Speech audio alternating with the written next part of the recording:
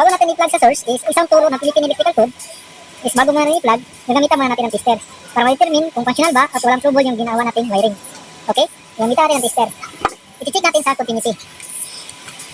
Ang continuity, pag tumunog means may trouble sa ating wiring. So, troubleshoot tayo. On natin, tapos, lagay rin dito.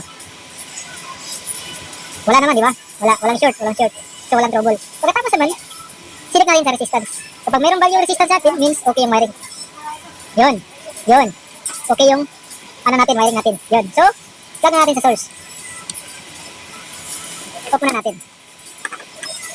Yan. Ito yung tinatawag na 1-pin light exposed controlled by PCS o auto control switch. On natin. Yan. Ito, ilaw yung natin, yung ilaw natin. Pupunin ko to. Yan. Magmatic siya off. Ito is pumilid to kapag mahilig mag-up down. Ito maganda